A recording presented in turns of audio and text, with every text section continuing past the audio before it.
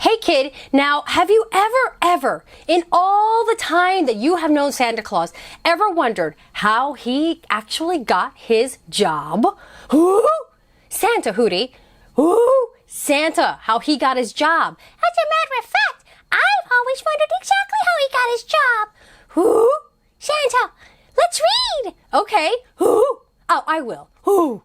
All right. How Santa got his job. I'm super curious because, I never stopped to think about it myself, I have to admit, how he fell into this line of work, So, let's see. And by the way, Stephen Krensky wrote this book. He said we could. Wasn't that cool? We get to talk to big fancy authors like that. And away we go! When Santa Claus was a young man, he went out for a job. Oh, look, Santa had red hair. Santa wanted no part of desks or offices. He liked to stay on the move. Go, go, go. There he goes. His first job was cleaning chimneys. Aha! Foreshadowing of the future, I see. Santa was sure-footed on even the steepest roofs, and he loved twisting through the tight spaces. Does that sound like a Santa Claus quality to you? I thought so. But there was a problem. Santa was so neat that he never got covered in soot like the other guys. Never made a mess in the fireplace. I bet she liked that. So nobody believed him when he said he was done. Where's the proof? Said some. You're not even dirty, said others. This led to a lot of arguments. Oh boy. So, Santa, I guess he decided to move on. He worked next for the post office, where everyone could see that he was doing his job. Santa's favorite part was bringing packages to people all over town. Sounds familiar. It sure does. Well, waiting in traffic was frustrating, though. Ugh, tell me about it, Santa. Well, it's silly to waste all this time, he decided. So to speed things up, he started making deliveries in the middle of the night. Brilliant! There's no traffic then. But there was a problem. No one was glad to see him at that hour. I was sleeping, man. What are you doing knocking on my door this time? The postmaster got so many complaining letters that Santa had to leave. So much for that career. Well, since Santa had discovered that he enjoyed staying up late, he tried cooking at an all-night diner. It felt good to fill orders for customers. Sometimes Santa even surprised them with extra helpings. Oh, I couldn't eat another bite, many of them insisted. Well, maybe just one. But, there was a problem. Not again. Apparently. Every night Santa tasted and sampled and tasted some more before he brought anything out of the kitchen. And, well, Santa gained a lot of weight. Well, hoping to get some exercise and remedy the situation, Santa then found a spot at the zoo. That sounds pretty awesome. He was very organized about the animals. I know when they're sleeping, said Santa, and I know when they are awake. Over time, he also learned whether they were behaving themselves or not. But there was... No, don't say it! A problem. Oh, you said it! I did. Santa became close friends with the reindeer. Aha. Oh, no, and the other animals got jealous. Check them out. That guy's hanging out with a reindeer. Why are they so special? I'm the king of the jungle. Hey, I have a long neck. Shouldn't you be scratching me instead? Sadly, the zookeeper had to let him go. Oh, no! Do you hear laughter? Maleficent? Oh, what? Was that you laughing? Oh, no. I could have sworn she was laughing just now. What is she doing in the story anyway?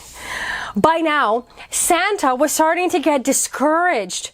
Oh, look at the zookeeper making Santa leave. And the reindeer, though, they're hopping around. Wait, do I see hooves up in the air? Are they starting to fly? Well, Santa was getting discouraged and didn't even notice what the reindeer were doing behind him, which we noticed. Look at that, they flew right over and they worked hard to cheer him up. Oh, you guys. Oh, yeah, of course I would never leave you on purpose. Oh, you're the best prince. Oh, Dancer, come on. Oh, Vixen, don't tickle. Oh. Together, oh, they're all working together now as a team. They joined the circus. Wow. I had no idea Santa had such a diverse work history. Nor did I. Well, Santa's far more interesting than any of us imagined. Soon, at the circus, the reindeer, were shooting Santa out of a cannon. Woohoo! 3 times a night, baby. Santa loved flying through the air and wearing his new costume. He was a huge success. But, oh no, let me guess. What do you think it was, Pink Bear? There was a problem. There was a problem. Sigh. The ringmaster wanted to build up the suspense. You need to look frightened, he told Santa. We want the crowd to worry about you. But Santa was having too much fun for that. Ho, ho, ho! He always cried as he flew through the air. So the crowd, well, they weren't worried at all. And look at the reindeer, they're having a good old time. Well, who wasn't having a good old time? The angry ringmaster. He soon fired Santa and the reindeer. You're fired! As they gathered their things. Do you hear? Maleficent? Oh, yes. Was that you laughing again? Oh, no. I'm getting suspicious. Well, Santa and the reindeer got fired. They're gathering their things, and suddenly some elves come looking for autographs. When they heard the news, they invited Santa and the reindeer home for supper. Well, that's awfully nice of them. The elves lived way out of town. We're talking way out of town here. They were toy makers, and their house was their workshop. Hey! This looks like party time central. Look at that, teddy bears and dinosaurs and more teddy bears, and I see a rocking horse over here and a drum set and congas, well, bongos, all kinds of balls for sports. There's a great tricycle, there's a skateboard, a beautiful doll, ooh, a keyboard. Oh, it's heaven. Santa was amazed. I'm amazed too. Children, must love these toys, he said. The elves looked embarrassed. What? Why?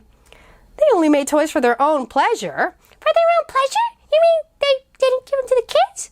Apparently not. Oh, I know. Who knew? Well, I guess Stephen Krensky, who wrote this book, knew, because he's writing about it. Well, apparently selling them was too much trouble. Oh, what if you gave them away? Santa asked. Wow, the elves hadn't thought of that. I could deliver them for you, Santa offered. After all, he was unemployed. There were enough toys here for children all over the world. The elves smiled and hired him on the spot. What? I hear no laughter. I hear no evil laughter. Ugh, goody two shoes. I was so happy to see him getting fired all those times. I know you were laughing. I was.